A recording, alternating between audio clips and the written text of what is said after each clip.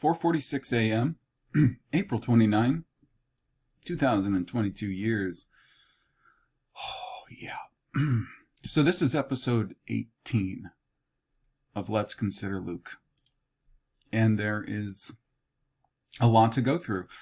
I'm on Luke 23, next to the last chapter in Luke. And the amount of information that I've gained from going through this, it's not only extraordinary, but to be honest with you, it probably, and I'm sure it has, been gathered together by others and put into, you could write a book on this. It's that extensive. The problems are that extensive. And the fact that so few have really paid attention to Luke in contrast with, I'm going to say more specifically Mark and Matthew, but also to John, and then John's contrast to those. They're beyond noteworthy. I mean, they are remarkable. So that's weird. Because when I was going through this, so for months now, and in light of the new presentation that I've been working on writing, I would expect to have seen it more. I would have expected to have been able to find more solid material, on this stuff. What I can find a lot more of is really just establishment figures defending all of these very serious issues, many of them indefensible, and I mean just using a lot of sophistry to do it. I'll tell you this, and of course this applies not only to this whole study, any subsequent study, anything else that I do, or that anyone does that is presenting you with facts. Here's demonstrable facts. If we refuse to see these things because we like the beliefs that we have, we're comfortable with what we've been raised in, we like how these certain things that we believe feel, then we are exactly as the rulers of the invisible rulers of this world do describe us. And I'm sure it's pretty close to how they talk about us behind closed doors, in the sense that we're not really much better or much more than cattle, beasts, not operating on logic, but on emotion, only good to be put out to pasture, eat what's in front of us, reproduce so that we can bear more young for them to use, to support their world, and then when we're done, be slaughtered and consumed in whatever way they see fit. That's it. If that's what we're going to do, we're going to run and hide in what we want because of how it makes us feel, instead of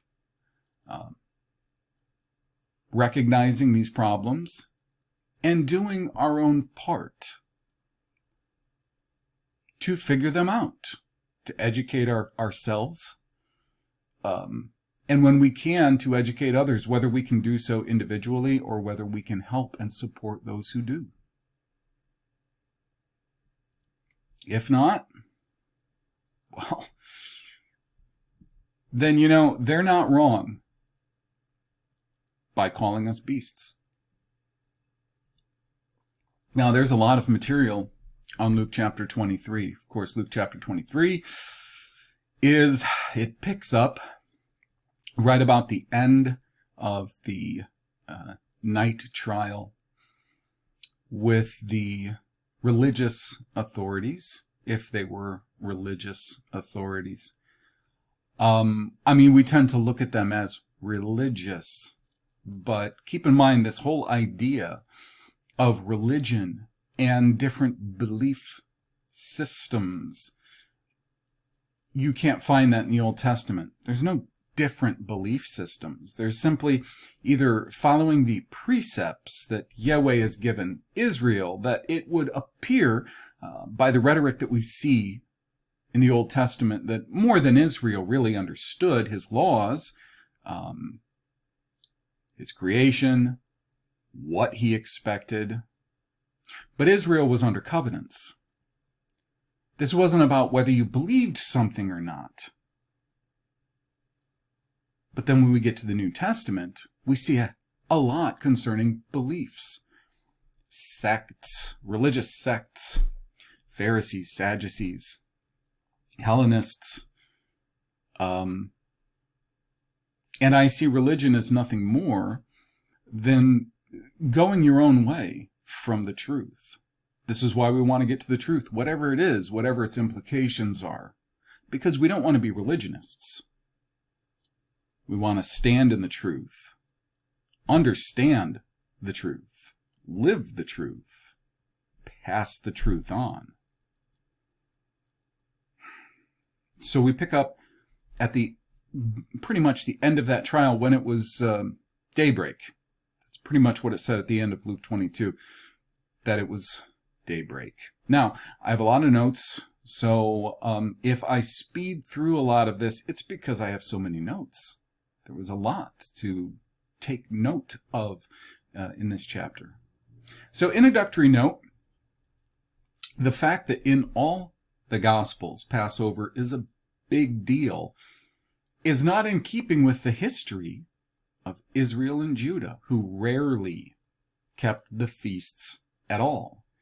It was a big deal when Passover was kept in the Old Testament. So 2 Chronicles 35 reads, "So they established a decree to make proclamation throughout all Israel from Beersheba even to Dan, that they should come to keep the Passover," which is H 6435, Pesach, "under the Lord God, so Yahweh, Elohim of Israel at Jerusalem, for they had not done of it in a long time, in such sort as it was written."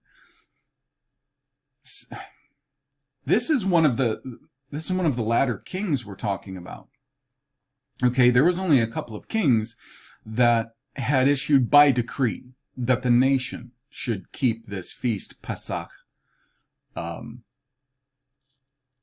And these were kings that reigned. So you had Hezekiah, and Hezekiah was not even 2 centuries before Babel carried away Judah. And then you had Josiah, and Josiah was relatively short as far as time span before Babel carried away Judah. Josiah was the great-grandson of Hezekiah.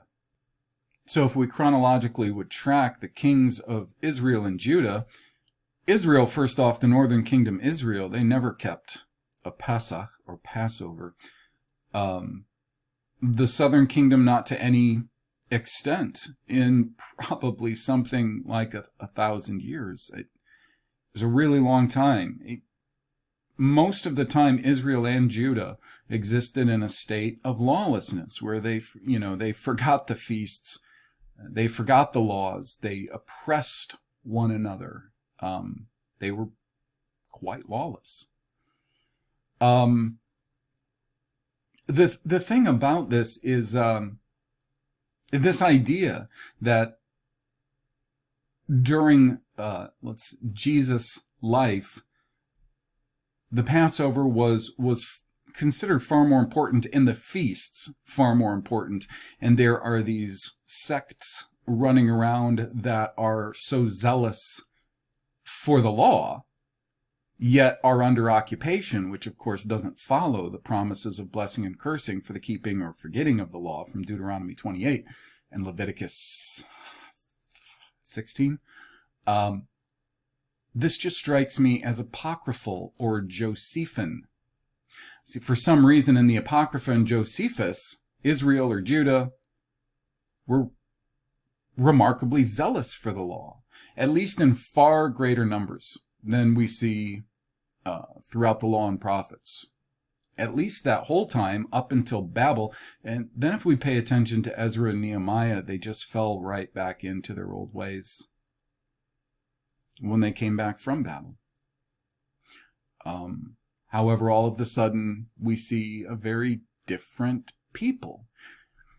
And if that were the case, again, we have to keep coming back to if they were that different, they were that zealous for the law. Like, for instance, the Sadducees are described as being actually very zealous for the law, like down to the letter. What they are described as believing, let's say between the New Testament and Josephus, is actually very consistent with what we see in the law, yet they're the ones who are oftentimes the most slandered or libeled in print. It's pretty strange, this shift that I see from the law and the prophets to the apocryphal books, Josephus, and the New Testament is very strange. So Luke 23, 1 through 5 is perplexing on a number of levels, not particularly its form, and this form follows closely that of the other Gospels, but just what is transpiring, be it in all the Gospels or not. 1, Jesus is rushed off to Pilate, and again, others have pointed this out, but it must be reiterated. If the leaders of Judea feared the people, how did they not fear to hold this trial at the time of Passover, when these matters would be entirely inappropriate to resolve? Why not put him into custody until afterward, or wait until the first fruits? Many would simply answer, to fulfill prophecy. But matters throughout scriptures record the people's actions have very good reasons, typically. So why do this at this time? As in, what would be the motives? Especially, you figure the religious leaders, we're going to call them religious leaders, scribes, Pharisees, whatever. Sometimes in various Gospels, they throw in lawyers in there, whatever. We'll say the leaders of Judea, okay? And various Gospels say over and over again that they feared the people. And then you have to wonder two things: why they wouldn't fear the people during this feast, and why they wouldn't fear the people during this feast because they were conspiring to kill this man who many regarded as a great prophet, maybe many regarded as the Messiah. If we look at various accounts of what's called the triumphal entry, many regarded as king. Kind of weird. Now, point 2, how on earth did these men attain an immediate audience with not the local magistrate of Rome, but the chief governor of all Judea? Given the nature of their accusations, this would be something most likely heard at a lower level before coming to Pilate. Further, even if the leaders had access to Pilate in this way and were willing to risk their necks before the people by trying Jesus on Passover, are we to believe Pilate, wanting a peaceful and profitable gubernatorial turn, is going to participate in this on Passover, as opposed to simply keeping him detained until the feasts were done? There's no dialogue either from Pilate, who would need to know the customs of the people he ruled, or the Judean leaders over what a really bad idea this was, or crucifying anyone before, during, or after this feast, which I'll talk about later. I don't know if I'll get all of this on chapter 23 in one episode, but I have to bring this up again later, this whole idea of crucifying them on this feast. Point 3, it's just strange that Pilate would ask, "Are you king of Judah?" And Jesus answers, "You said it." And given the charge of him teaching not to pay tribute to Caesar and that he was the Mashiach or king, that Pilate would say, I find no fault in this man. I find that particularly bizarre from somebody who is the Roman governor of Judea. If we're to believe the picture of Rome that we've been given to believe, it's just difficult to wrap my head around. Now, those 3 points I just went over, those are not specific to Luke. Those are pretty basic form throughout the Gospels, the canonized Gospels. Okay, my next point, and keep in mind, I'm not going to be reading these verses from Luke because there's just no time. You can read them. I'll give you synopses as we go of what's going on. So as you could tell, that first part was when Jesus is brought to Pilate by these Judean leaders. All right, so Luke 23, 6 and 7. This little passage is odd and not to be found elsewhere, no other gospel. Pilate, upon realizing Jesus is a Galilean, sends him to Herod. It reads, quote, when he knew he was from Herod's jurisdiction, closed quote. This first is strange, because if Herod has no jurisdiction in Jerusalem, then Luke 13:31, where the Pharisees try threatening Jesus with Herod's intent to seize him while he's in Jerusalem, doesn't make sense. Herod would need permission to take any action in Jerusalem. That's how jurisdiction works. If indeed another presided over Jerusalem. Also, Pilate was governor of all Judea, was he not? Why send a man accused of crimes in your jurisdiction, even though all Judea was supposed to be Pilate's jurisdiction, to another jurisdiction just because that's where he is from? That is never done in criminal proceedings. The judge doesn't care where you're from. He cares about crimes committed in his jurisdiction. If he was pawning him off on Herod, again, how is Jesus getting before the top men in the land, and this quickly? Having been through and witnessed the criminal justice system in the West, and that's me, and knowing it's rather the same no matter where you go or what time frame you're in. It keeps a pretty consistent form. Even when we see different types of power systems in place, it's power systems in which a certain leader or party has basically a blank check to do whatever they want right out in the open, don't last long. You know, even the Soviets, if we want to think of one of the worst regimes in modern times, they had to have a semblance of justice and a justice system.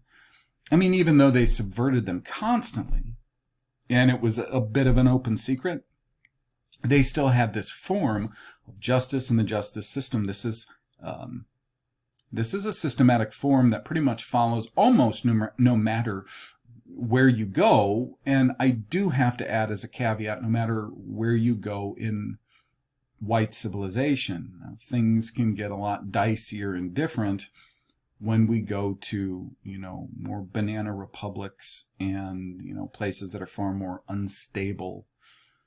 But there really aren't any white countries I can think of now or historically that have that instability. So it's a very different matter.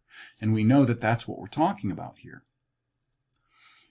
So it just all seems, a lot of this just seems really not likely and a bit unorthodox. So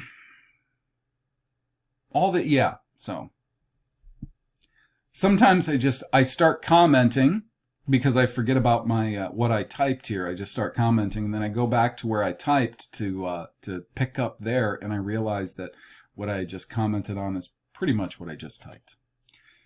So Luke 23, 8 through 12. Now and we're still in this whole process of him getting tried, the leaders of Judah. This is the whole chapter really starts out with them bringing him from their secret night trial to Pilate, and then going through this whole process, bringing him back, ordering of the execution, and the execution being executed. That is the form of Luke 23. So Luke 23, 8 through 12, first point, it's said in the previous chapter, that is Luke 22, 66, quote, "And as soon as it was day, the elders of the people and the chief priests and the scribes came together and led him into their council, saying," close quote, "It's dawn, and they haven't even set out to get Jesus to Pilate." This was something I brought up in the last episode.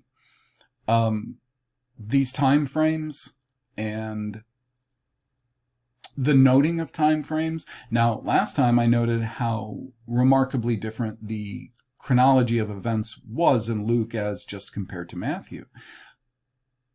But the chronology of events, period. And this is all the Gospels across the board. And I'm sorry, but I have to say that. Because there has to be a good reason for why the chronology of events seems to be far faster than I could probably even see anything done or imagine anything done today. Even, okay, and you have to keep this in mind. Let's think about even everything we've been told about the Roman justice system or Greco-Roman justice system, and how much of our laws, they'll tell you, was based on this sort of justice system and system of politics. There are steps. There are steps to accusing someone. You need essentially official accusers, okay? So somebody who's accusing them that sits in an official capacity, and this is these days, but it's not that different. There are maybe some terms that have been changed over the years. Someone in an official capacity has to submit an affidavit. It's essentially an accusation by an official and to a judge. So a judge or a magistrate is the one that has the power to send out an arrest warrant based on that affidavit. And when they issue that arrest warrant, it goes to whoever the policing authority is going to be in that area, jurisdiction, and they try to go out and detain this person. Now, we'll say even in jurisdictions that don't have the sort of amount of prisoners that we see in the U.S., and the U.S. has a pretty big prison population, we'll give it the benefit of the doubt and say that there wasn't a large population, which doesn't really make sense either if we go by narratives that we see from Josephus and the New Testament. It would seem like they would have a pretty good-sized prison population. But benefit of the doubt, they have to come into custody. Then they're going to have to wait for an audience with whoever the magistrate is. And again, if Pilate is the governor of all Judea, it's really unorthodox that he would get straight in front of Pilate. And the same thing with Herod. There are, there's just a process. It doesn't matter where you go, there's a process. You wait, and then you see this person, you wait, and you see this person, and it's a process. But this is just boom, boom, boom, boom. And there's no dialogue with, per se, with Pilate and the leaders of Judea about what are they doing, even holding a trial in the way that they're holding it. Because I guess you could consider them the first magistrate, and they sent out their jurisdictional guards, to capture him. But the thing is, then they were under another magistrate. And it's just a little bit odd, the fact that we don't see a certain dialogue between him and them, in the same sense as, say, a magistrate if somebody had given them an affidavit. And I guess you could say, well, the reason they got straight before him is because it was like the majority of these Judean leaders that are coming before him like this. I still would think he would see this as really odd.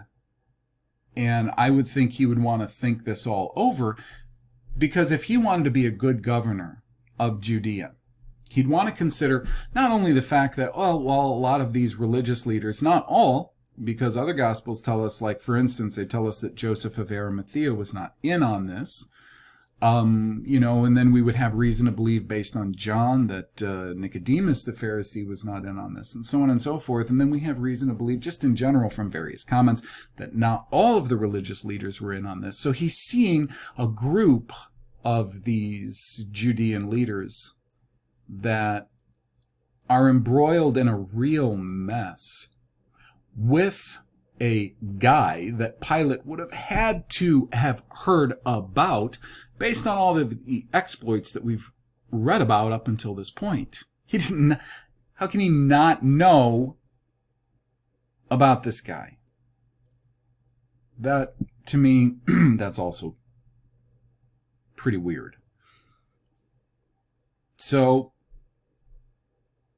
nothing really, for me, it just doesn't seem to reflect what I myself have experienced, and it just seems, again, pretty odd that Pilate wouldn't be familiar with him, and that he wouldn't really need time to weigh all this out, because it would be a big decision. No matter if he wanted to wash his hands of it or participate in it, it would be a very big decision.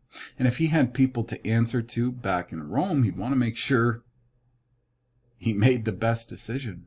And it doesn't seem like he's really putting a lot of thought into it. It's just, everything's just going like that. It's reading like, it's really reading more like a script than simply what I've experienced in reality. That's all I'm saying. All right. So I do continue on here.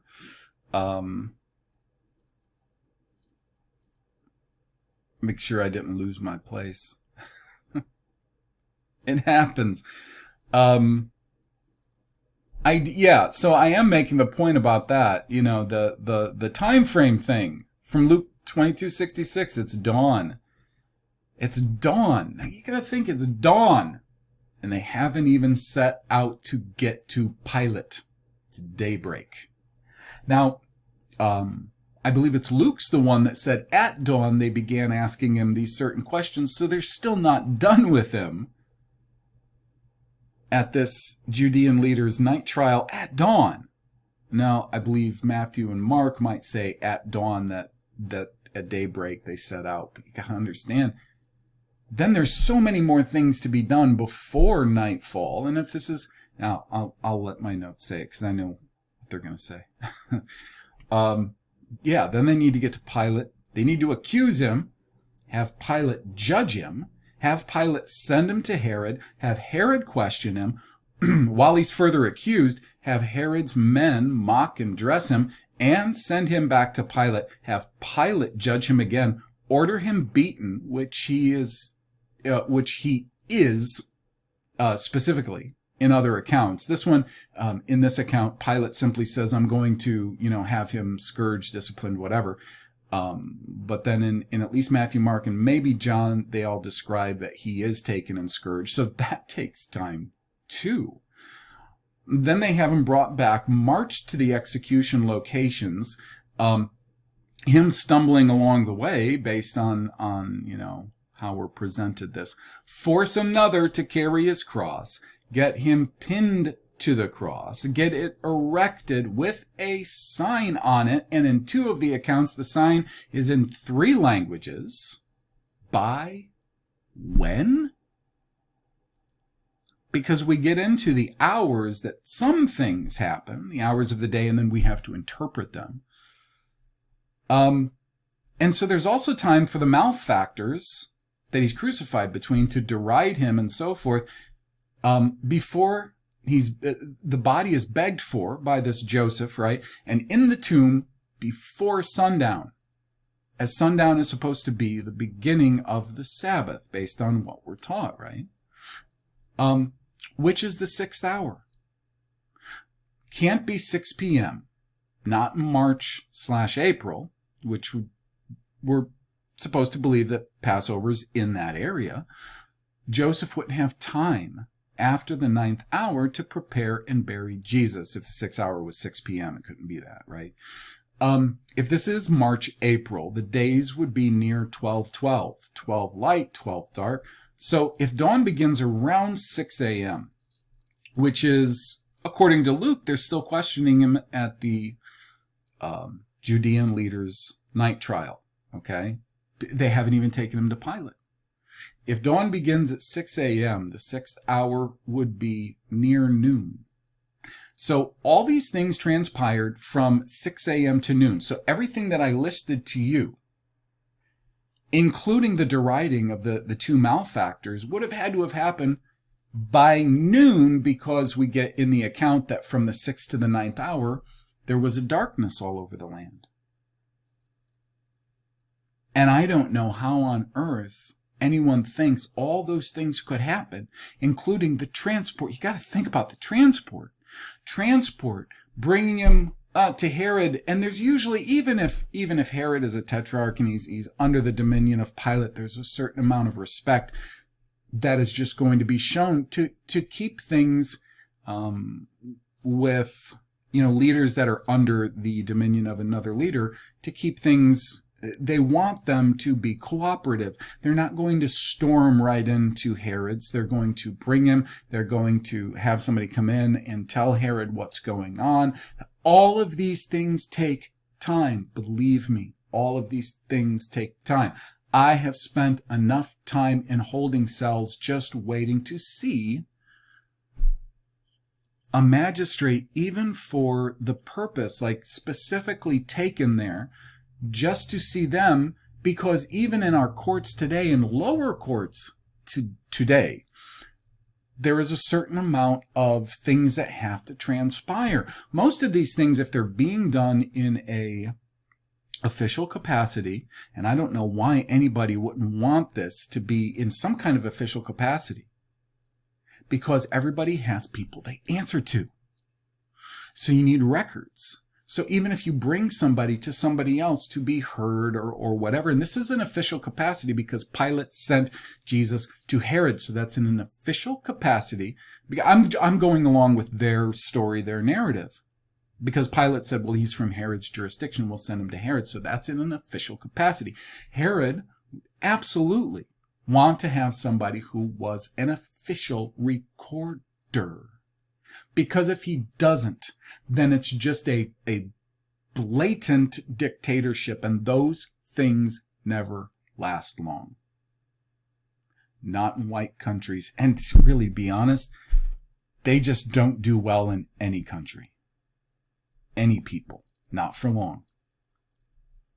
So he would have to have somebody who was keeping records, keeping the minutes, because this is being done in an official capacity. Based on his jurisdiction, this guy is being brought before him, sent from Pilate. Do you understand? This is why, if you're taken somewhere because you have charges or whatever else, you are going to have to wait. Even if they brought you directly to said person who's going to hear something out or whatever, they'd have to wait. There's times. There are times that have to be considered here. And it's beyond unreasonable to think all of this stuff, if they're still questioning him by dawn at the Judean leaders, and that's 6 a.m., to have him on the cross with all of those things transpiring by then, that's absolutely illogical.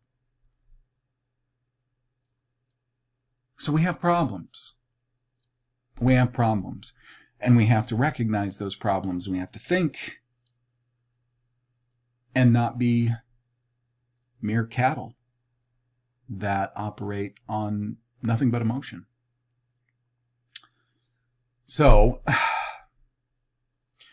Luke 23:11, and Herod with his men of war set him at naught and mocked him and arrayed him in a gorgeous robe and sent him again to Pilate. Now, in all other Gospels, it is not Herod's men that do this. Well, in Matthew and Mark, it's not Herod's men that do this. In Matthew and Mark, it is Pilate's men who do this. So that's a contradiction. Now, I don't know if to deal with that contradiction, what the establishment has to do is say, well, Herod was under Pilate's dominion, so if Herod's men did it, technically Pilate's men did it, and that's retarded. It's either a blatant denial of the fact that we have a serious contradiction here, or it's just lying. Take your pick. Now, Luke's account does not have any crown of thorns. I'm just pointing that out. Every other account does.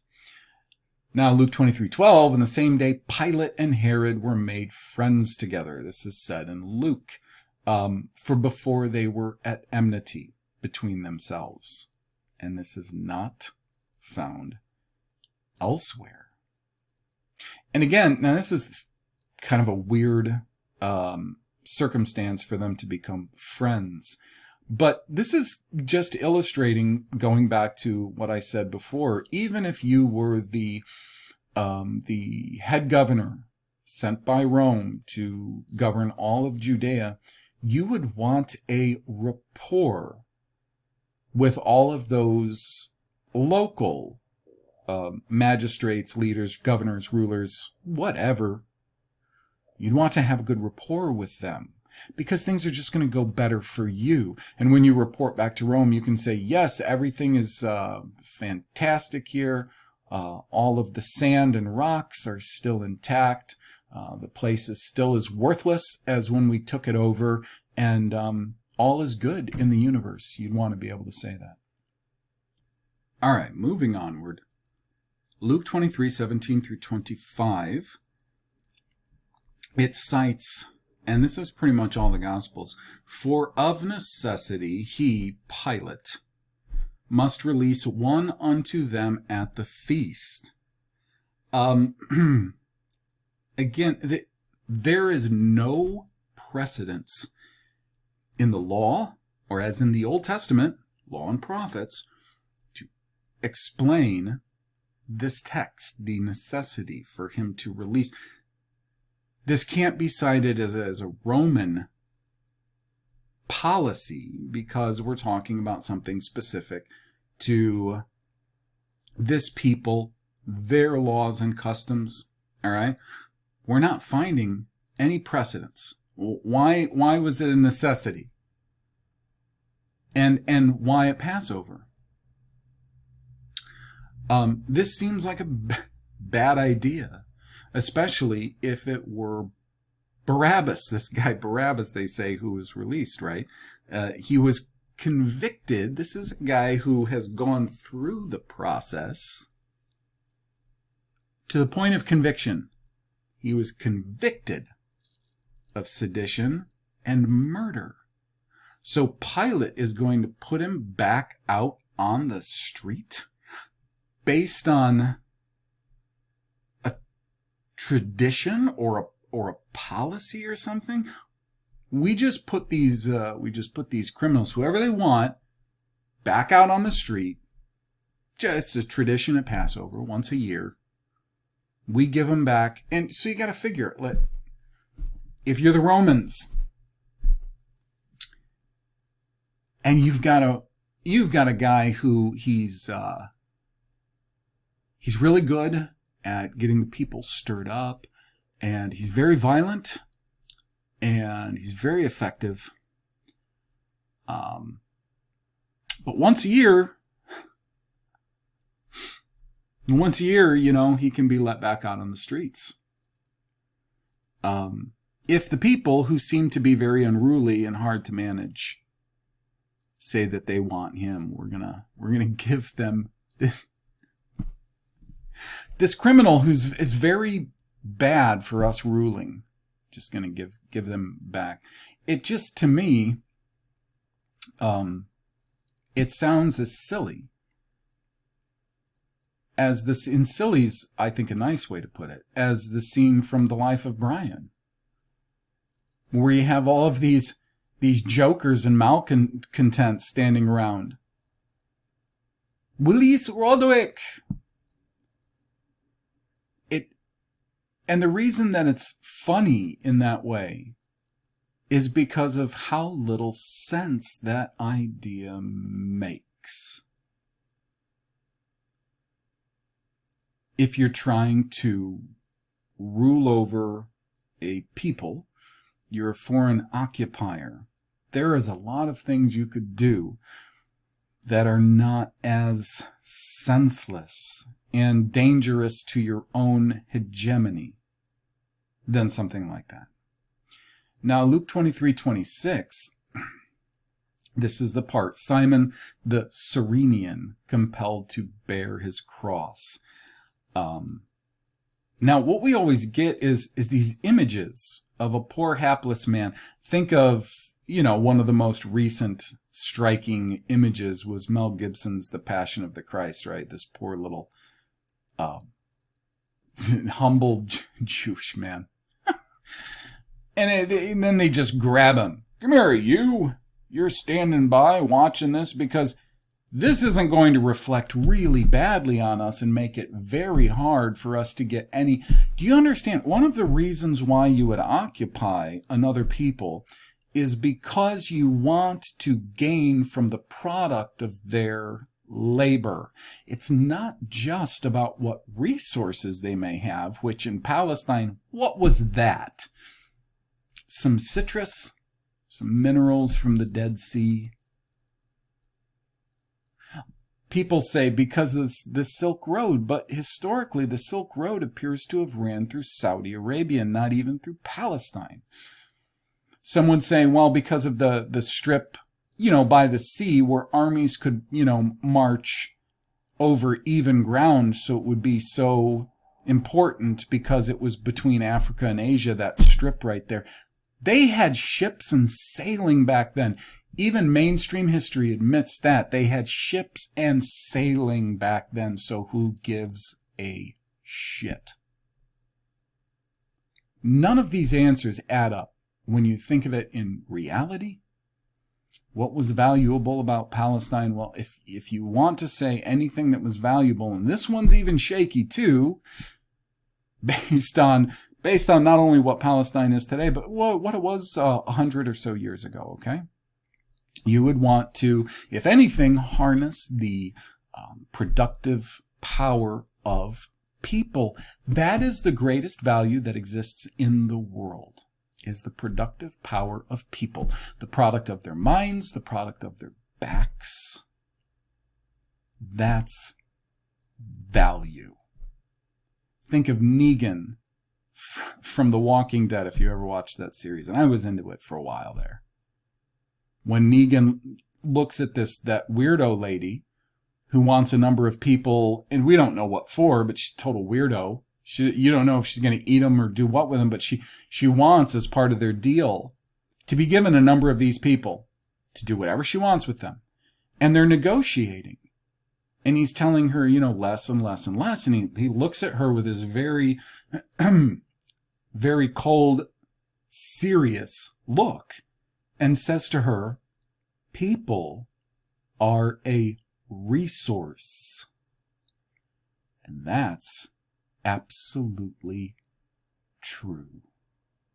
So even if we're going to accept that a power like Rome was super interested in Palestine, one of the chief resources that they would be harnessing anywhere they took over was the production of the people, which means they can't just be abusive to them and expect they're going to put up with it for that long. So this idea that they're not only marching who they say is a criminal that hasn't even had any kind of proper trials that they can show decent record of, if anybody was interested, on the Passover, and there are problems with that I do address at the end of all these notes in depth. But they're going to just start, we're going to summarily just grab a guy who's just hasn't done a thing wrong. We're just going to grab him and we're going to force him to carry this guy's cross. We're going to be that openly brazen and abusive. That kind of empire doesn't last the length of time that we're supposed to believe that Rome lasted. Absolutely not.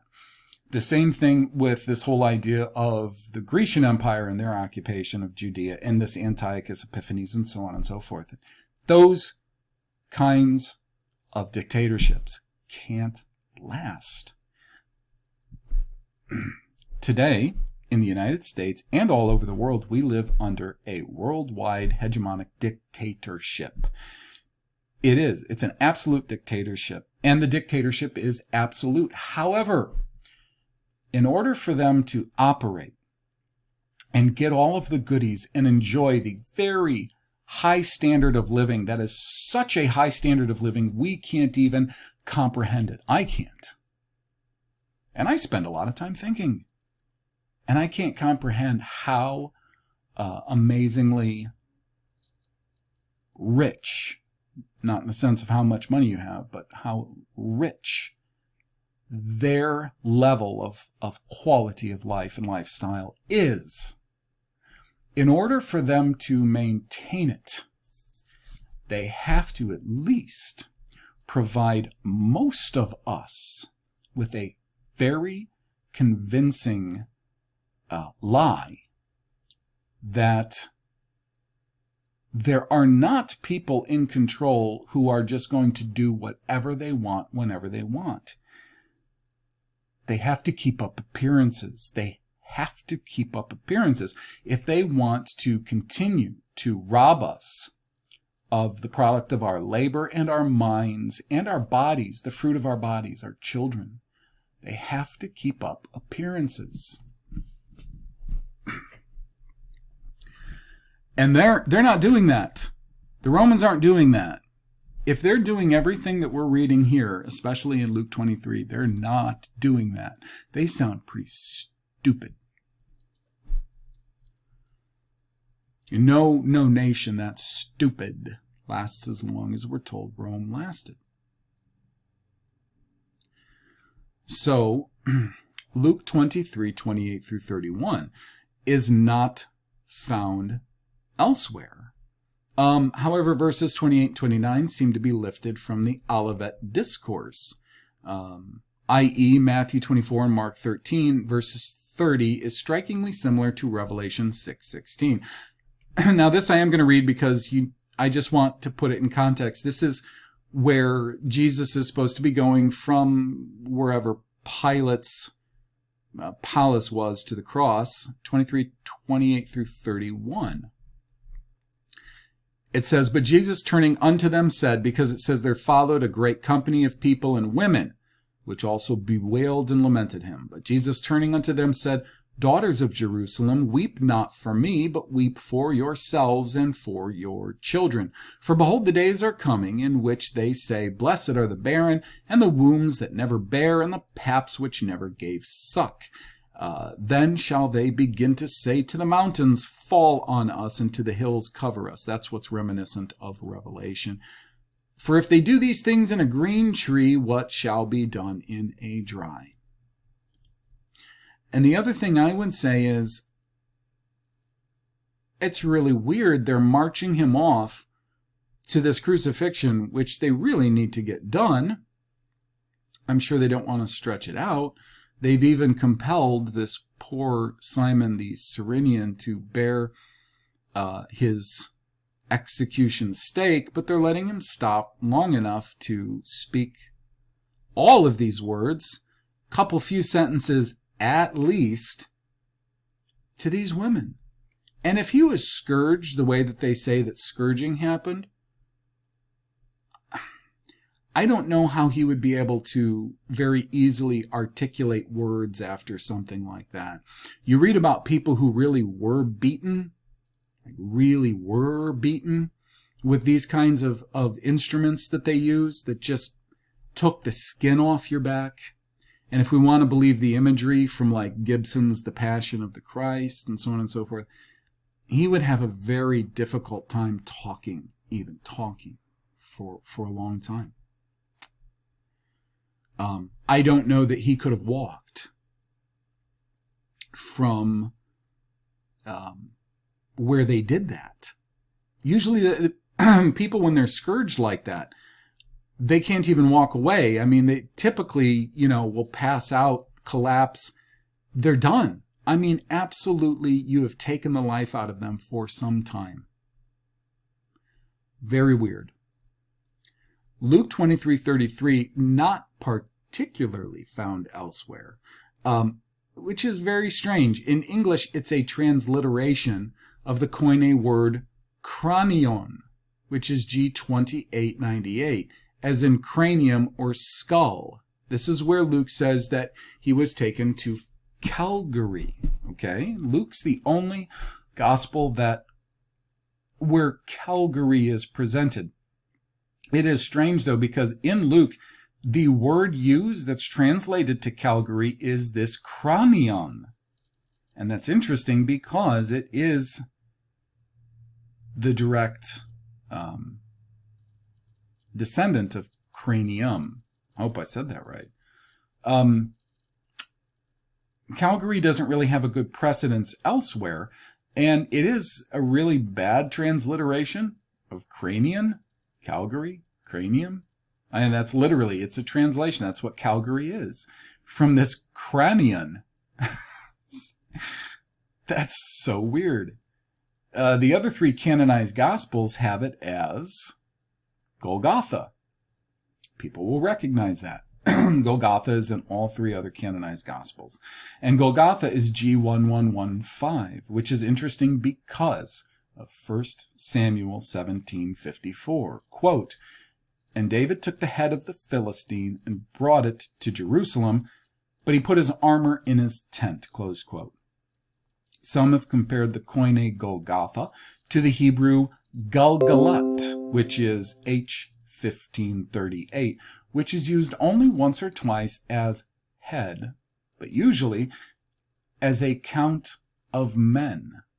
Galgalat.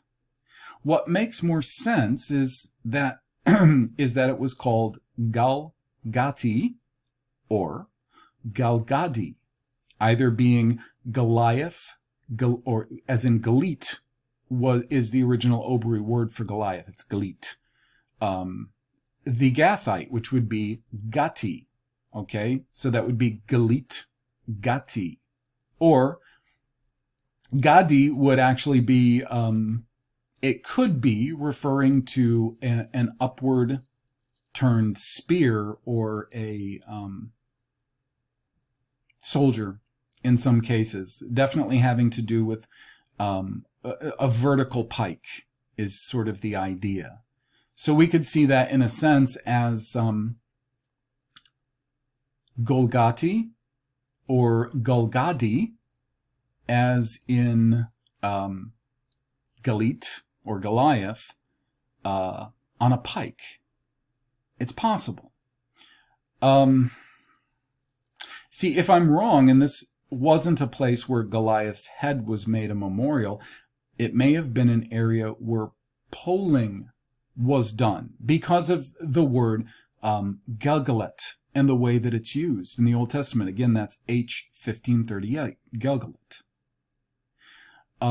Which might make sense. They brought him out of the city to this place near the gate where certain matters were done, perhaps polling, I'm not sure.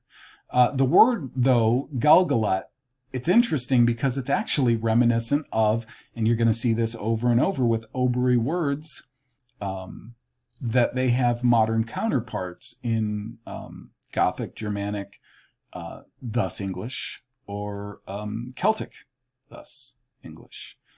It's reminiscent of gullet, as in throat to stomach, a conduit from the throat to the stomach.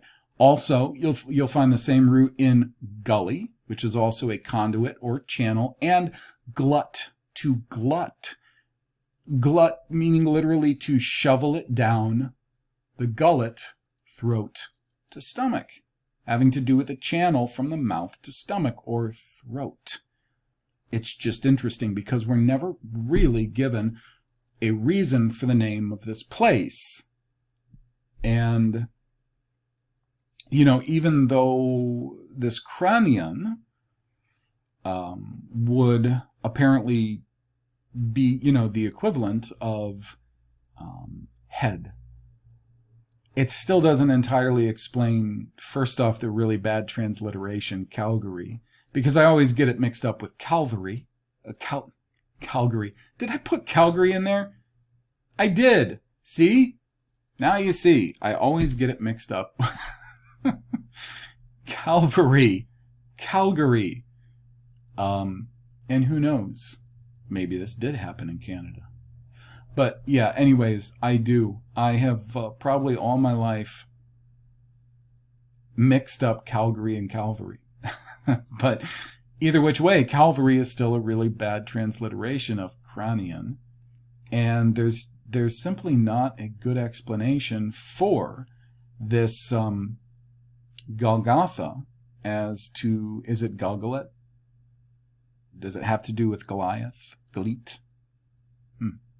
So Luke 23:34, quote, "Father, forgive them, for they know not what they do," close quote. Now this is the same attitude as Stephen in Luke's sequel in Acts 7:60, but it's not recorded elsewhere.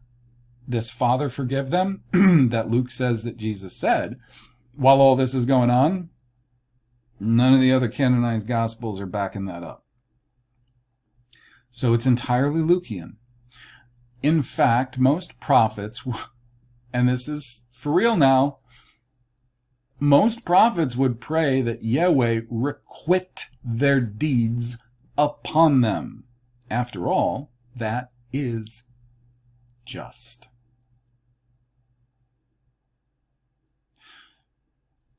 But it would appear that Luke wants us to see a figure he wishes us to emulate and idolize, which is doing something that is actually uncharacteristic of the law and the prophets. The parting of the garment is consistent with the other accounts. This is true. But this part I don't really understand. Was the material in his garments, because they say, like, they parted his garments, right? And I'm not sure what that's really referring to. Was the material so rare that they split it up into these smaller, you know, swaths of fabric so that they could each have this really rare, really expensive material? Because if that wasn't the case, then it would seem to me that they actually vastly devalued the garments by splitting them up.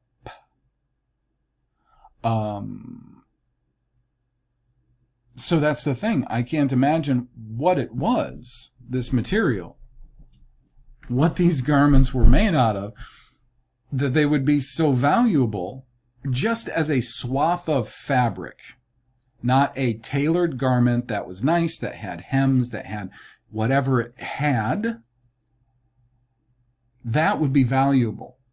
Okay? Any great tailor that can charge a lot of money for what they do use nice fabrics. That's true.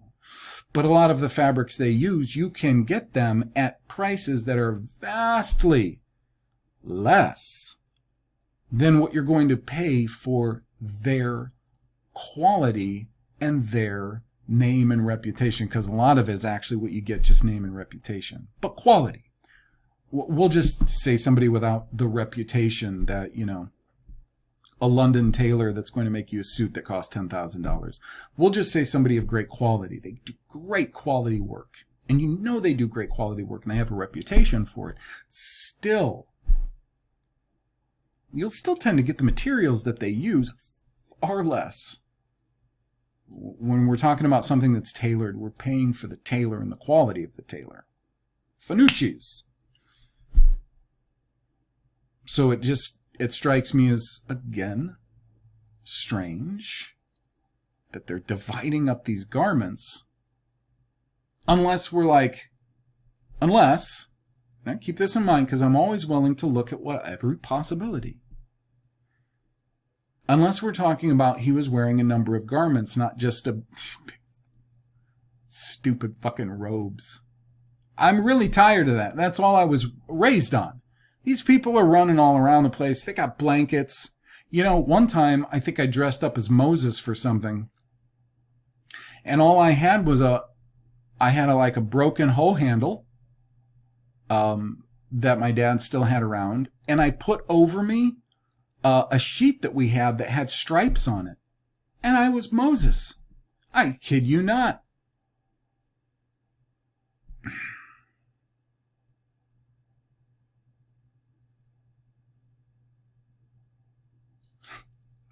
Even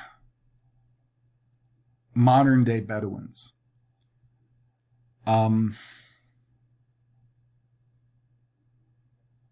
they don't always dress that way. It's not always that appropriate.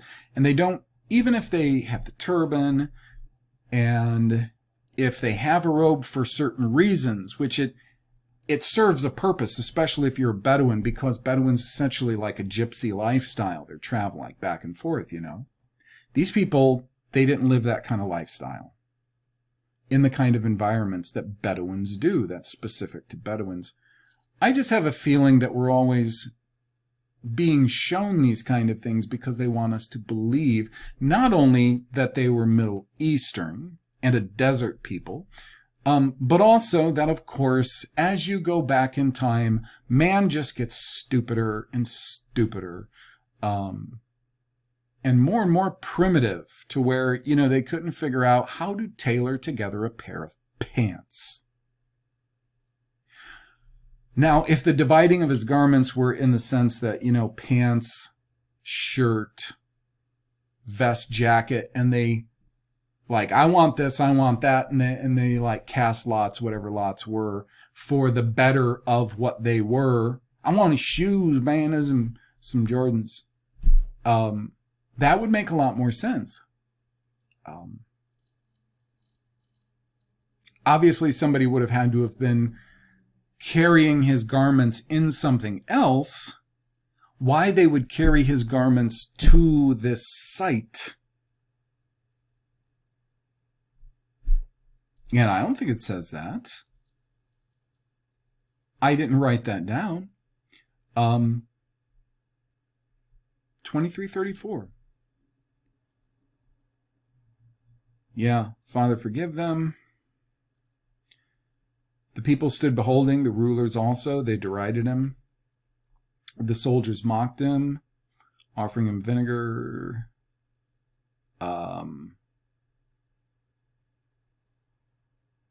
Sorry, the garments must have been before that, huh?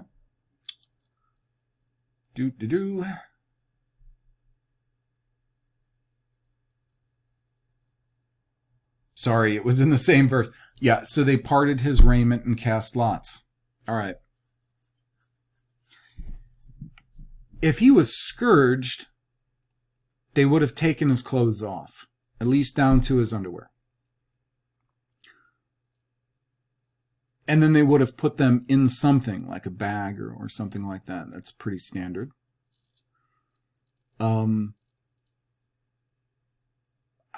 I'm not sure why, you know, if he's being ordered to be executed back at Pilate's place. I'm just not sure why they would bring the garments to the execution site. Maybe thinking, well, we'll bury him with his garments. I'm not sure what the reason is there. Something, again, unanswered.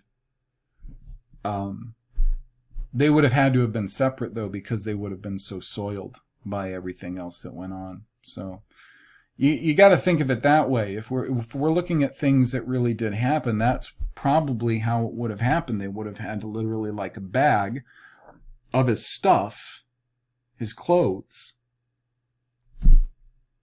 It's just weird. Now, because if they were, like I said, if they were like a pants and a shirt and all this, or shoes, you know, he had some sweet Nikes, they would have had to have probably just seen them in value as in resale.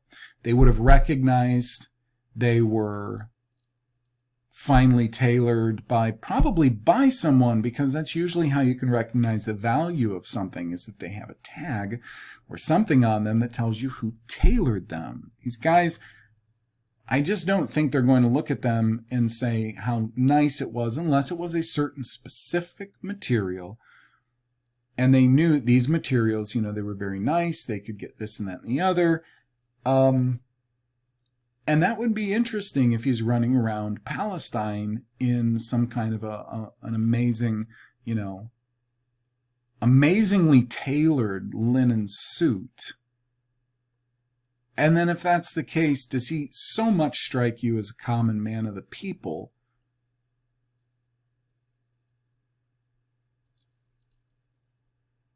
And he's homeless. I don't know how he kept that nice and clean.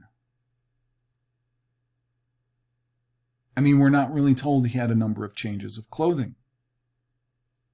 So I would think if you were wearing the same clothing for this really long time, it would get rather tattered and soiled, even if it was very nicely tailored or really great fabric. Now, there might be answers for this that I'm not thinking of course, always. But these are things that I have to think of. And it doesn't matter to me, it doesn't matter if we're talking about just inconsistencies between Luke and other Gospels, or if we're talking about, in general, problems across the board. I don't care. They're going to get addressed, and I'm not going to waste these opportunities to address them. Luke 23:38. Now, John is the only other gospel to claim the superscription was written in 3 languages. It's not claimed in Matthew, nor is it in Mark. John is the only gospel, by the way, that claims Pilate wrote it in a very busy day. And if you say Pilate had it written, then I say Simon, the Cyrenian, who they say they compelled him to carry the cross of Jesus. Then I say that Simon carted the stake, the crucifixion, or let's say the execution stake, because crucifixion's a whole nother topic. Then I say that Simon carted that stake to Golgotha on his tractor and not by hand. Because if they say they compelled him to bear his cross, that doesn't mean that he had to bear it manually. He could have put it up on his tractor or his pick-em-up truck. Why does it have to be that he had to put it on his own shoulder and walk it to wherever it was they were going? We just read that into the text because, in part, we have been trained to look at man as being dumber and more primitive the further we go back, when in fact everything in our world, all the evidence that still exists that hasn't been summarily wiped out in freak fires or good wars, everything that's still left testifies to us that man was in fact smarter and more advanced in nearly every way the further back you go, and that we currently live in the worst dark ages that the world has ever known. So yeah, why didn't Simon put it on? He probably put it on his vehicle. The text says that Simon, another text, one of the other Gospels said that Simon had just come in from the field. He was a farmer. You know, he just came in his pickup truck or, you know, his tractor or something. Put that stake on his tractor. And when they say they compelled him, why don't we just translate that into reality and say that they they subcontracted him. How do you know they didn't pay him just to do that? So that they could get that up there. They had no other resources available at the time, and it would be very bad form for the soldiers to be carrying his execution stake. Who knows?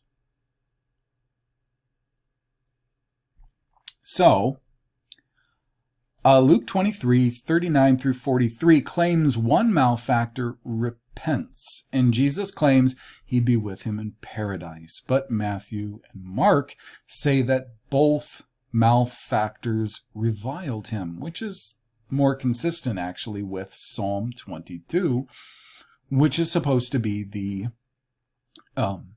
execution psalm, the prophetic execution psalm.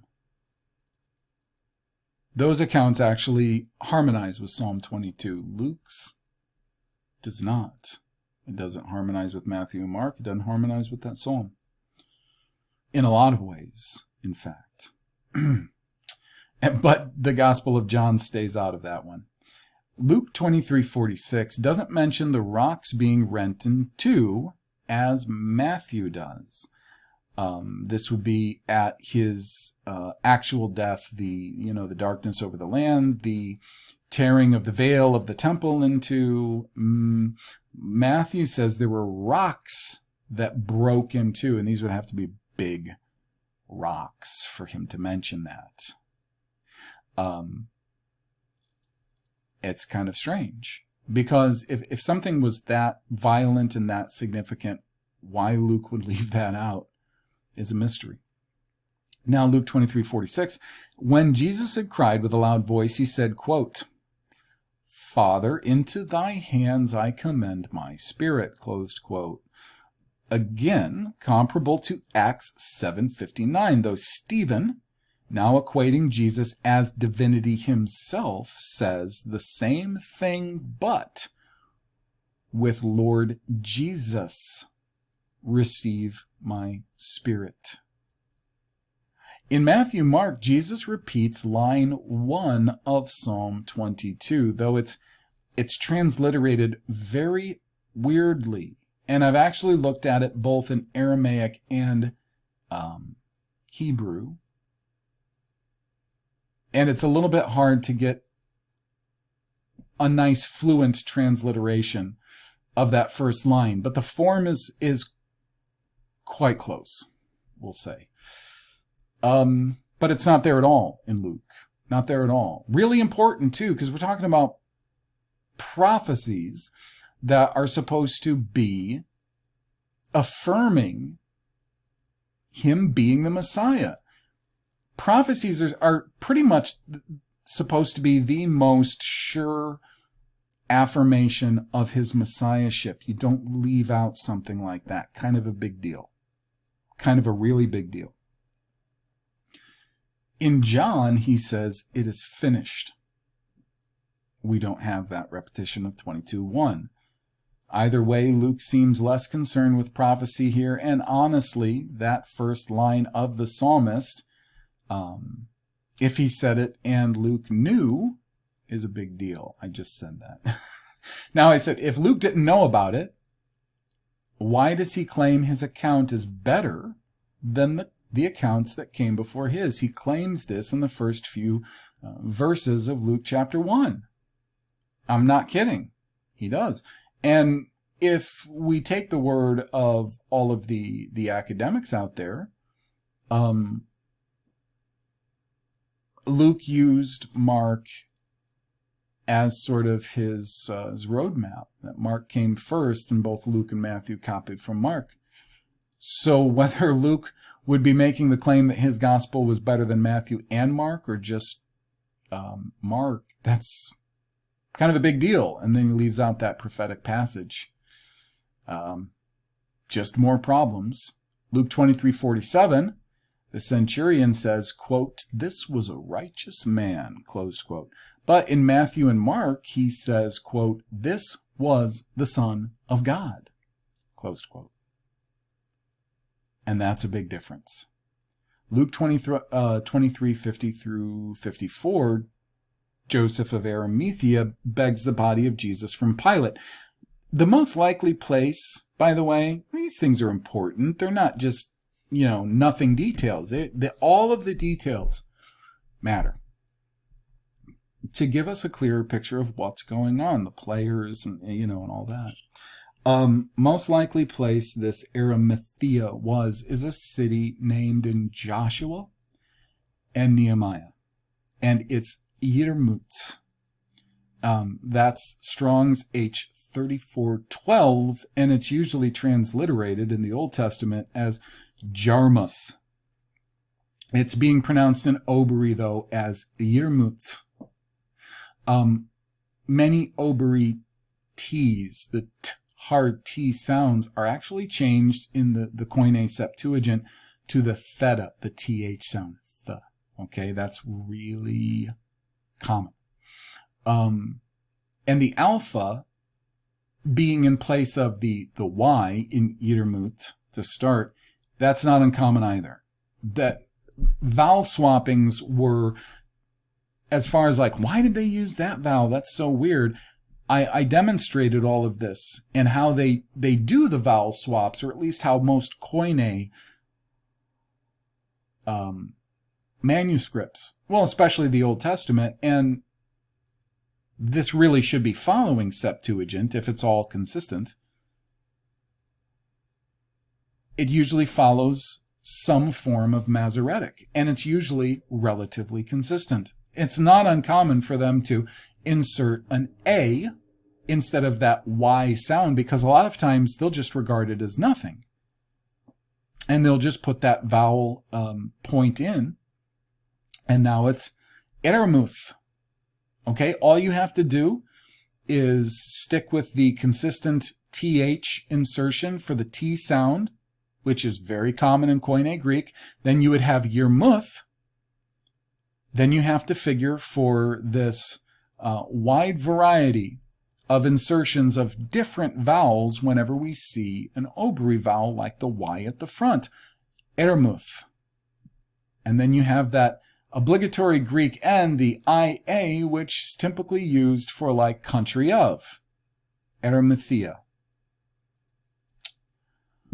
So let's see. What's interesting is this Yermut, or Arimathea. It's no small city, and no one can tell us where Yermuth is in the dry southern regions of Palestine. It was large enough to have its own suburbs, like many cities throughout Canaan were. It had a king which warred against Joshua with 4 other kings. For these 5 kings to have had an army that stood a chance against Israel at the time of Joshua and Israel's conquest of Canaan, they needed large populations with many fighting men. This is no small city, but where was it? Again, these things have to happen very quickly as evening is waning. So we're talking about the begging of Joseph of Jesus' body from Pilate. According to Mark, Matthew claims evening had come when this happened. Therefore, it could be the evening space before full sundown, if you want to make this work. Joseph has to get into Pilate. So now we've got apparently everybody can just get into Pilate really fast, no matter who they are. He has to get into Pilate, beg the body, get it taken down, detached from the stake, depending on how it was that he was attached to it. They've got to get him detached from it.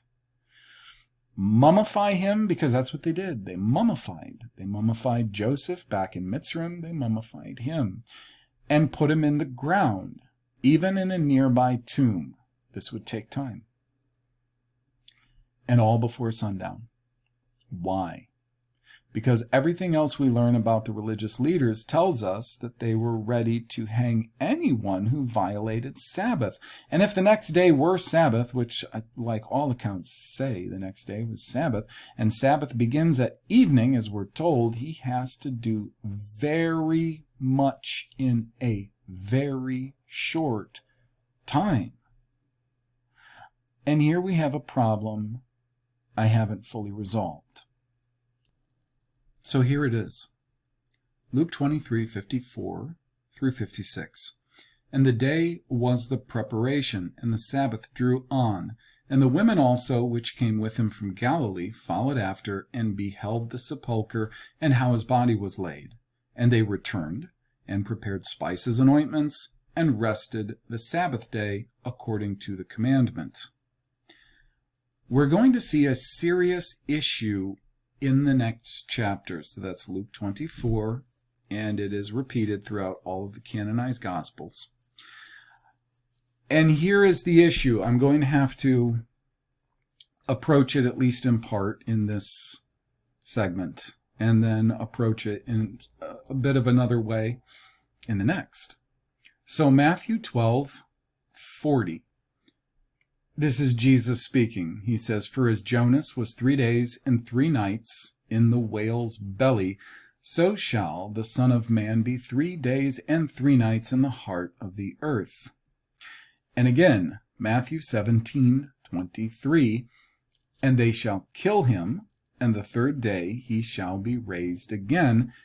And they were exceeding sorry. That was Jesus again saying this, speaking in 3rd person about himself. Remember, he is pretty much the only character that we see that that we see speaking in 3rd person about himself.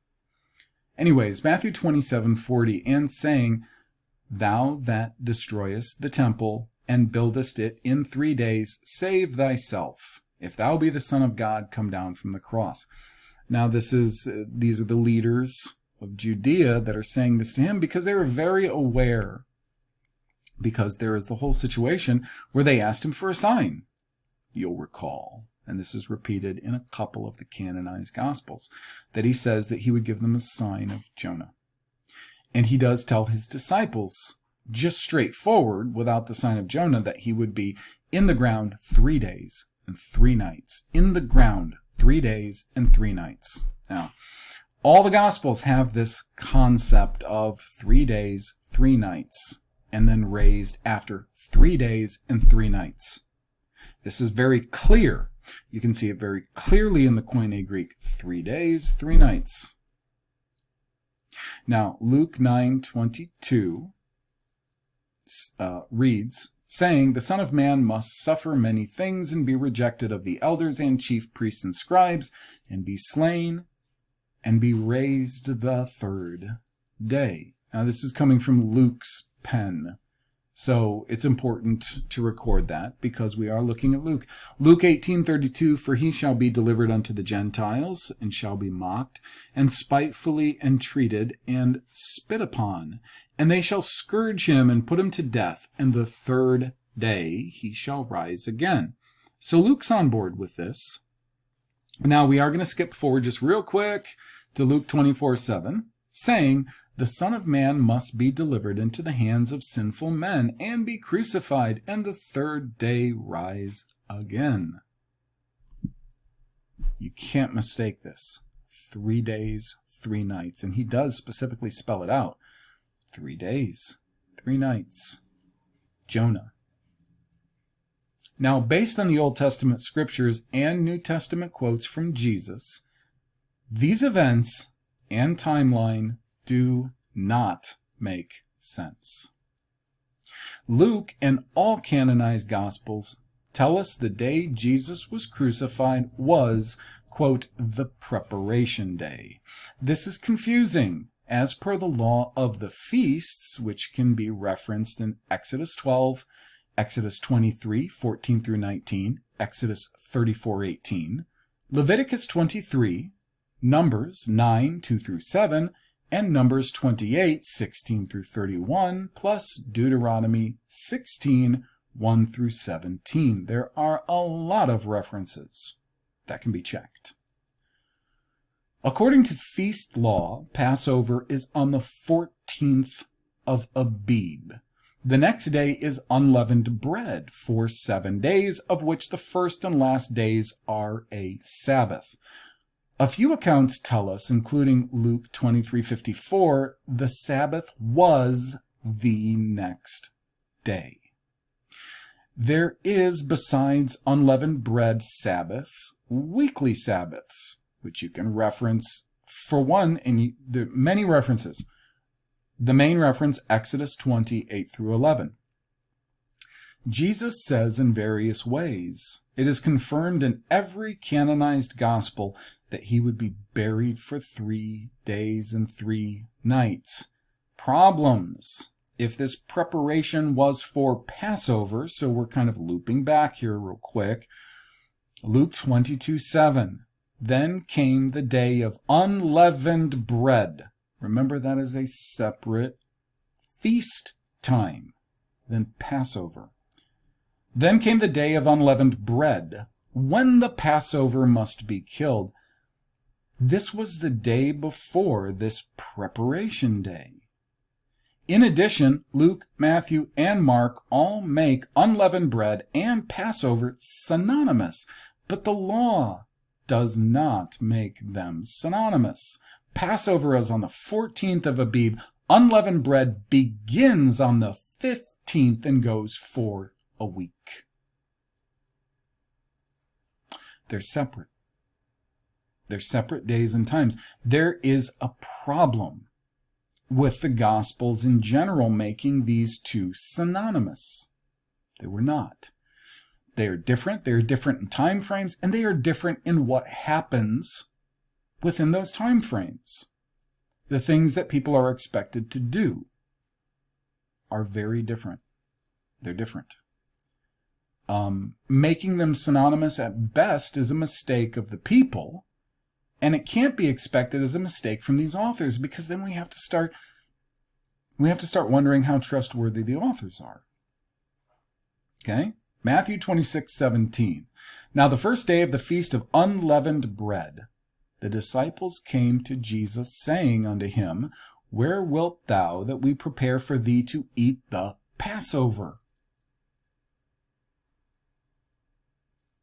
The law specifically says Passover on the 14th of Abib. Then on the 15th is unleavened bread for 7 days. How on earth could it be the first day of unleavened bread and they come to him to ask where they would eat the Passover? That is at odds with the law. If Passover and unleavened bread were synonymous, they wouldn't come to him on the first day asking, Where thou that we prepare? As this would be the day they'd be prepping and eating it.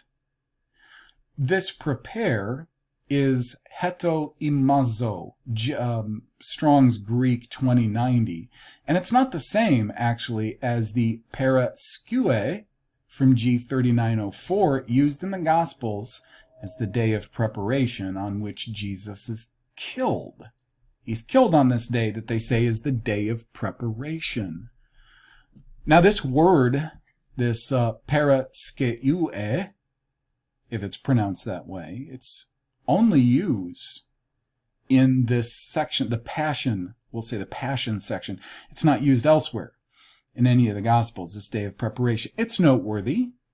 Now also, Mark 14:12, and the first day of unleavened bread, when they killed the Passover, his disciples said unto him, Where wilt thou that we go and prepare thou mayest eat the Passover? This is impossible according to the law. John 18:28. Then led they Jesus from Caiaphas unto the hall of judgment, and it was early, and they themselves went not into the judgment hall, lest they should be defiled, but that they might eat the Passover. The religious leaders, according to John, were preparing to eat Passover at Jesus' trial. Jesus and his disciples ate it the night before, didn't they? There are no provisions in the law for eating it early or a day late. You eat it on the day specified. The only provision there is for a month after if one is unclean. And that's what John seems to be implying. They didn't want to make themselves ritualistically unclean. Now that's from Numbers 9, 1 through 12. If his execution happened on Passover, this doesn't make sense either, because nearly every, quote, ancient source claims the Romans were respectful of others' traditions and religious rites. Yet, they would kill one who was a great prophet of theirs on the day of Passover, which, by the way, would desecrate that day. The 1 month delay for keeping the Passover, there is provisions in the law, as Numbers 9, 1 through 12. There can be a 1 month delay, which you keep the Passover again on the 14th day of the next month if you are unclean on account of touching something dead, touching a dead body. So them executing anyone, especially somebody who had just come into Jerusalem a few days earlier, hailed as a king by people. Am I not correct? At the least regarded as a great prophet. So besides the fact that they're executing other people like it's just any other day,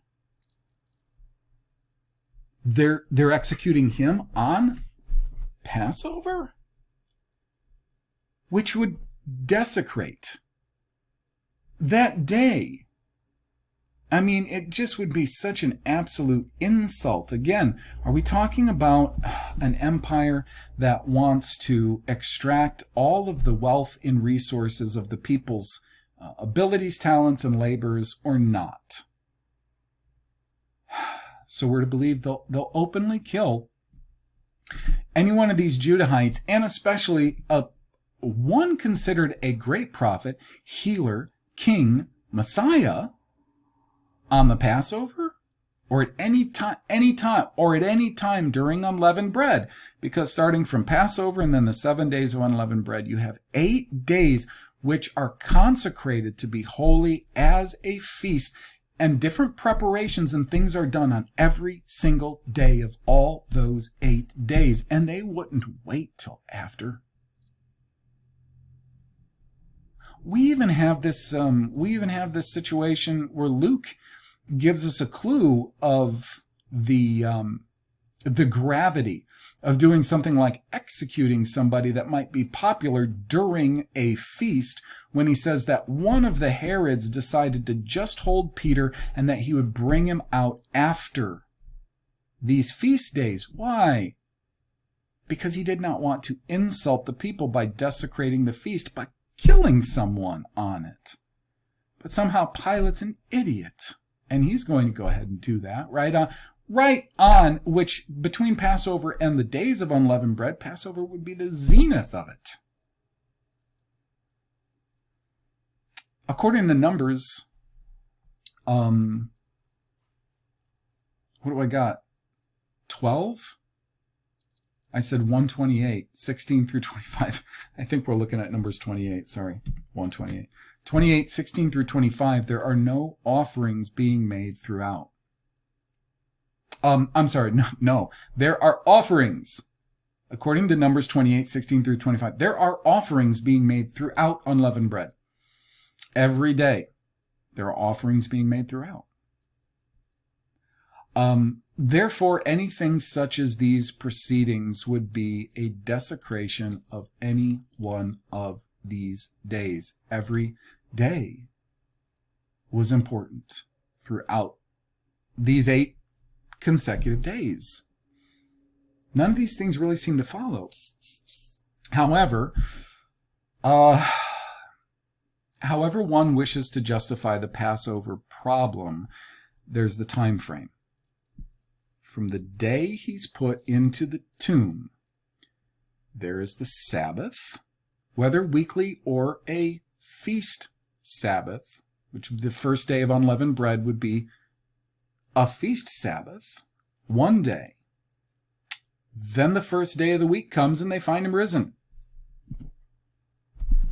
Now, if they were preparing for unleavened bread and the next day was its Sabbath, That's one night and one day. Then one night and he's risen. If the weekly Sabbath comes right after the unleavened bread Sabbath, which we aren't told. If this were the case, we're not told it, and it's so important. And I want you to understand how important it is because we just saw all these quotes. He just said we see him telling the leaders of Judah. We see it repeated over and over again. We see them mocking him while he's up on his execution stake. Let's see him raise after 3 days and 3 nights in the earth. 3 days and 3 nights. This isn't sort of, well, it could be, in that general area, 3 days and 3 nights. It's repeated so many times throughout all the Gospels.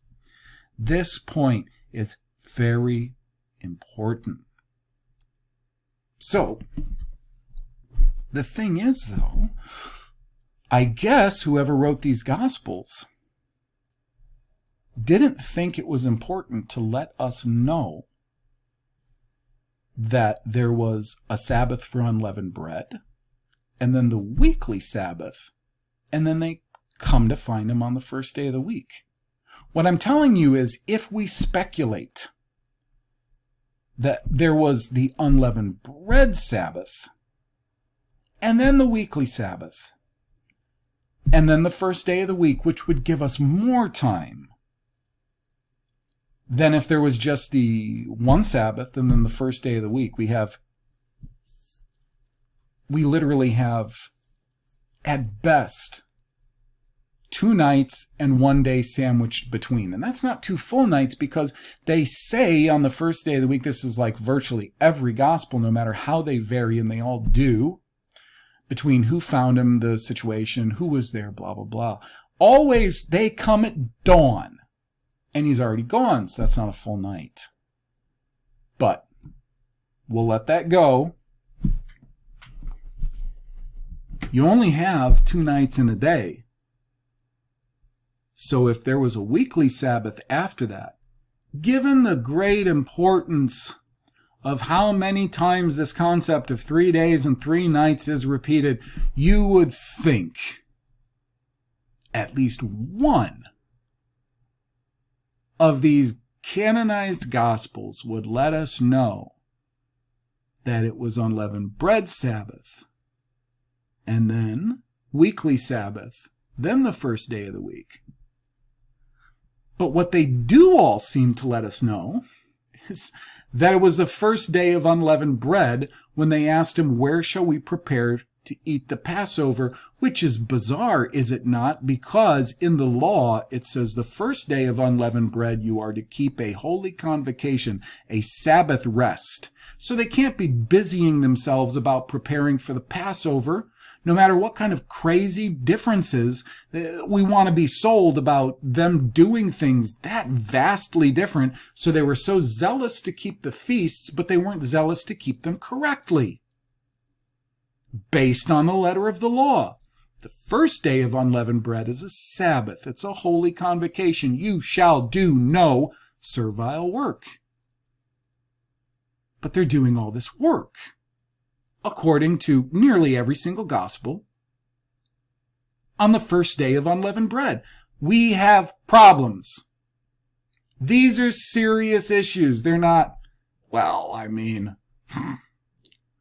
I'm sure there's a good reason for it that I'm not going to look into, because I like the way all of this makes me feel. Moo. If that's our response, then we absolutely deserve to be called mindless, stupid cattle.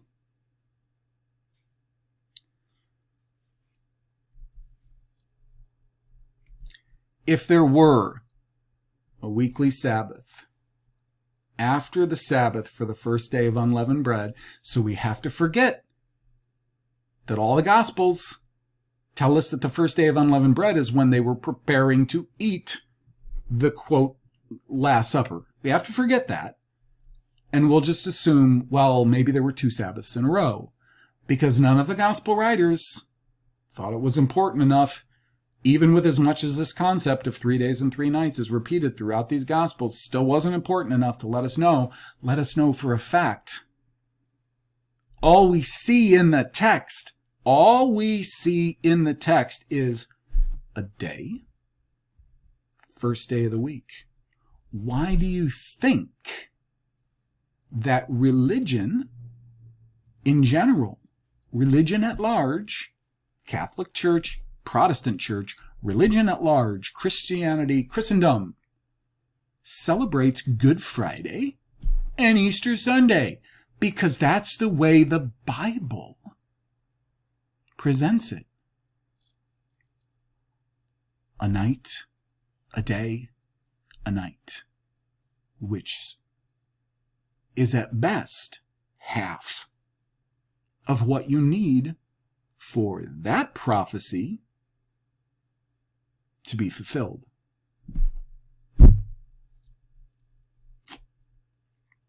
Now and then there's first fruits.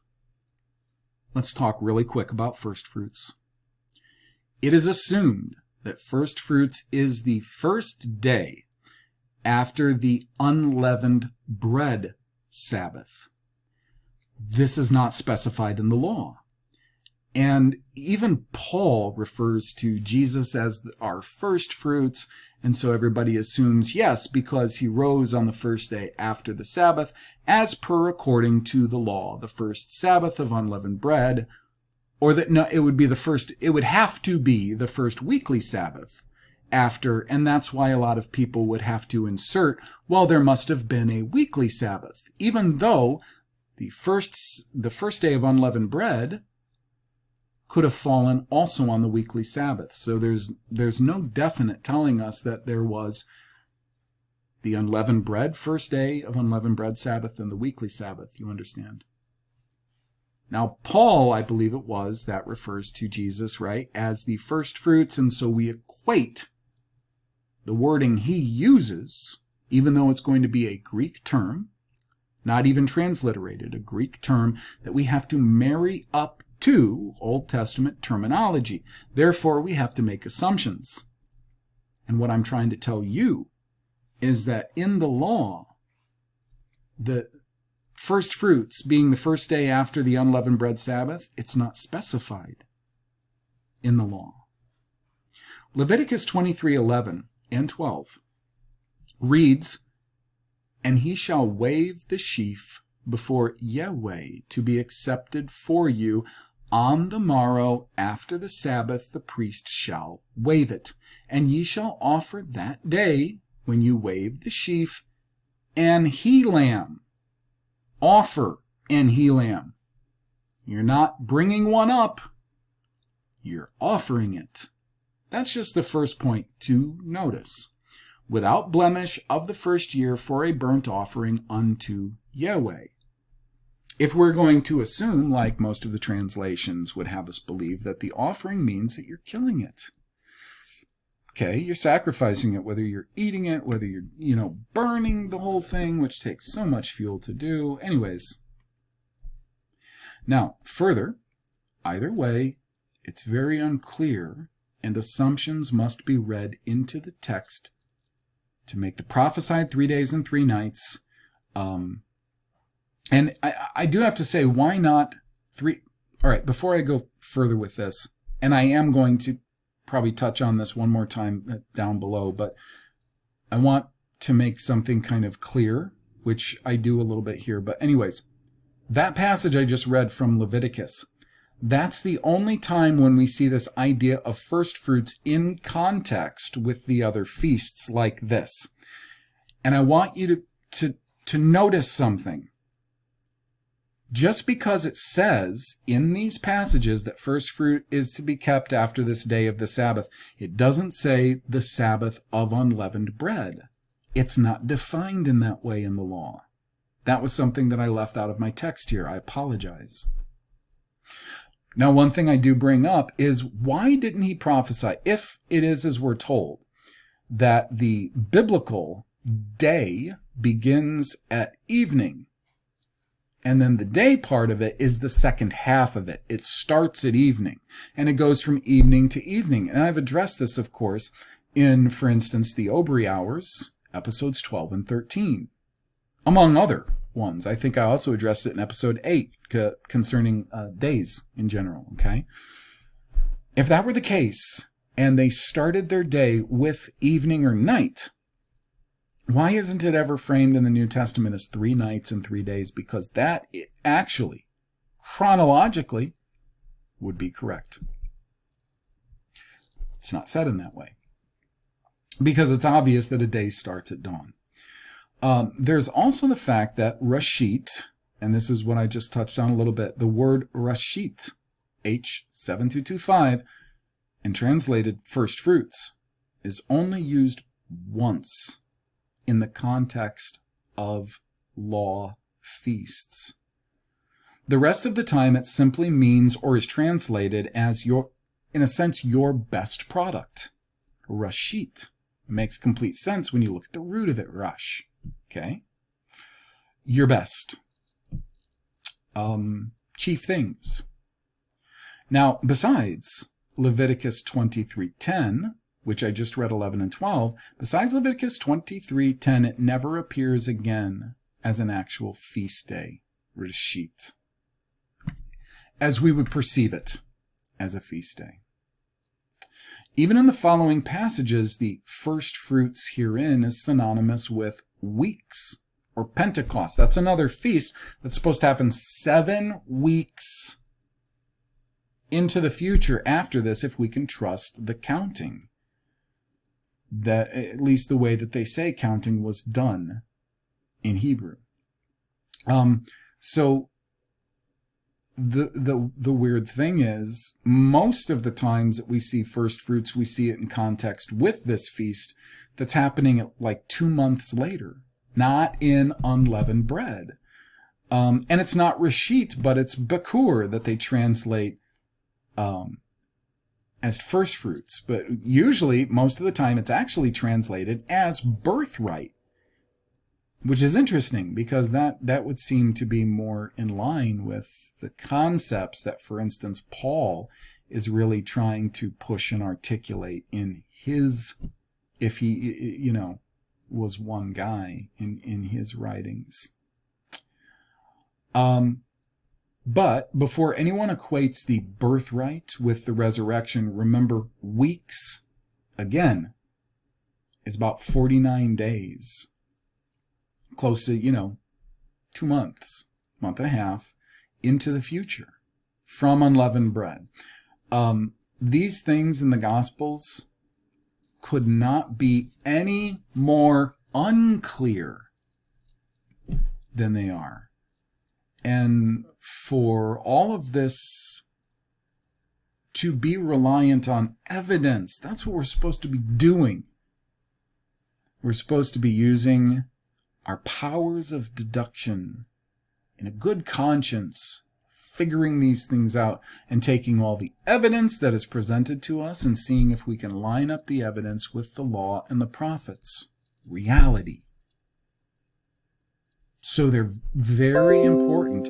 And for all these gospel writers to be leaving such massively important details out, like, yep, he actually fulfilled 3 days and 3 nights. There it is. Couldn't be clearer. And it's not. It's anything but clear. In fact, just a basic but close and careful reading of every single one of those gospels gives him a day and a half. If we're night, day, night, at best. And even if we want to give him that extra Sabbath, which makes no sense whatsoever, but if we want to give him that extra one, well, then you have night, day, night, day, night. Because by the time everybody comes to the tomb, no matter how different all the stories are, he's already up and gone. You only have, at best, 3 nights, so it's actually 2 and a partial night, 2 days. Where's the 3rd day? given everything, given the best case scenario, and just handing you that second Sabbath, where's the third day? 3 days and 3 nights. Check them all for yourself. 3 days and 3 nights. That's the sign. What's the sign that you have the authority to do these things that you do and you say? A wicked and adulterous generation seeks after a sign, and no sign will be given unto it except the sign of the prophet Jonah. 3 days, 3 nights. Important. Now, Exodus 23:16 says, "And the feast of harvest, the first fruits of thy labors which thou hast sown in the field, and the feast of ingathering, which is in the end of the year, when thou hast gathered in thy labors out of thy field." There it is, the first fruits, or Bakur. That's in the context of Pentecost.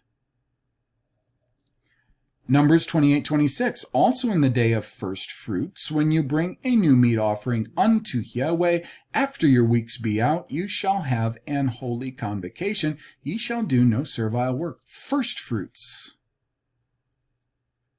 in the context of Pentecost. Leviticus 23:17, ye shall bring out of the habitations 2 wave loaves of 2/10 deals. They shall be of fine flour. They shall be baken with leaven. They are the first fruits unto Yahweh. Pentecost. These things just don't add up. So you have to also wonder, because we're seeing 2 very different words, Reshit and Bakur, 2 very different words with very different meanings and associations with them. Which one was Paul talking about? These are very, very real problems. They're not the kind of problems that we can just sweep under the carpet. They're fundamental. They are fundamental to everything we say that we believe and practice. Absolutely fundamental. Not things we can ignore. So, if we don't recognize these things and we don't deal with them in a very sober, considerate, serious way, then I don't blame the atheists like Charles Giuliani or Matthew Dillahunty for spanking and deriding Christians concerning these things. They're in the right.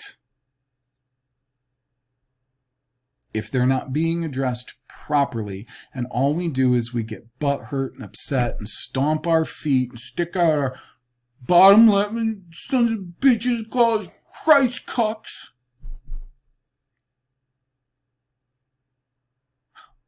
Well, then don't give them the ammunition that they have. They have all the ammunition they need, because the things they point out, though all kinds of things that say Dillahunty or Giuliani or any other one of these guys points out, I don't agree with. And there are a number of points from different people out there that are, I would say, at best, they are mistaken. At worst, deceptive. But a lot of these points that they make, right on the money. They're right, absolutely accurate, correct. And you don't deal with it by stomping your feet, crossing your arms, sticking out your bottom lip and saying, "Hey, stupid," because my way makes me feel good. So I'm just going to be mad at them. That is how a little infant behaves. That's not how grown-up behaves. That's how a beast reacts. That's not how a man or woman reacts. And in all this that I've said today, keep this in mind. Isaiah 1:18. Come now, let us reason together, says Yahweh. This implies that we have minds, the ability to correctly reason, and the responsibility to do just that. So, let us not ignore these issues. I'll see you next time.